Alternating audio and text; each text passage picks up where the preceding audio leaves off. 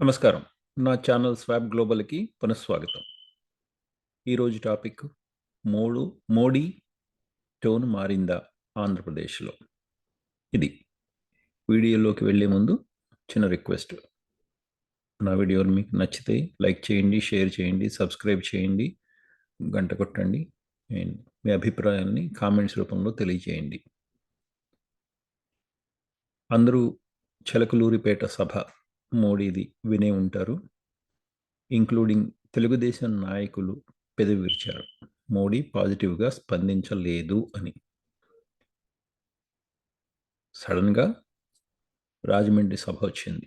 రాజమండ్రి సభలో మోడీ జగన్ని పేరెత్తకుండా తూర్పారబట్టాడు. అనకాపల్లిలో పేరు చెప్పి మరీ విమర్శ చేశాడు. అమిత్ షా సరే ఎందుకు ఇలా జరుగుతోంది?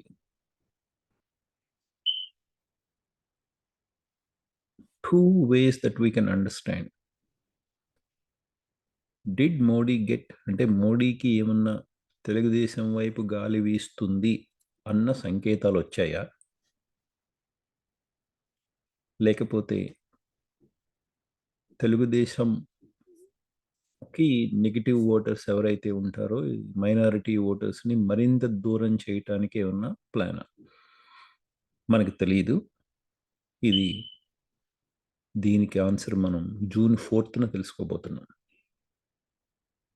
డెఫినెట్గా తెలుగుదేశానికి ఇది ఒక బూస్ట్ లాంటిది. మోడీ అంతటి వ్యక్తి చంద్రబాబు నాయుడు గవర్నెన్స్ని పొగిడాడు.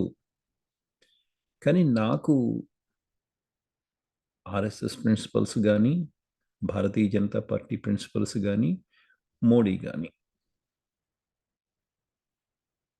ఒక్కసారి తనని దారుణంగా విమర్శించినప్పుడు, తను కూడా అంతే విధంగా 2019లో విమర్శించినప్పుడు, అప్పుడు చెడ్డవైనవి ఇప్పుడు మంచివి ఎలా అవుతాయి అనేది ఒక క్వశ్చన్ టు మోడీ అనుకో. అగైన్ మోడీ షాది ఒకటే ప్రిన్సిపల్, ఎలా అయినా బీజేపీ మెజారిటీ రావాలి. వాళ్ళ మనసులో అనుకుంటున్నది నేను అనుకుంటున్నది చెప్తా. ధర్మాన్ని అంటే హిందూ ధర్మాన్ని స్థాపించడం కోసం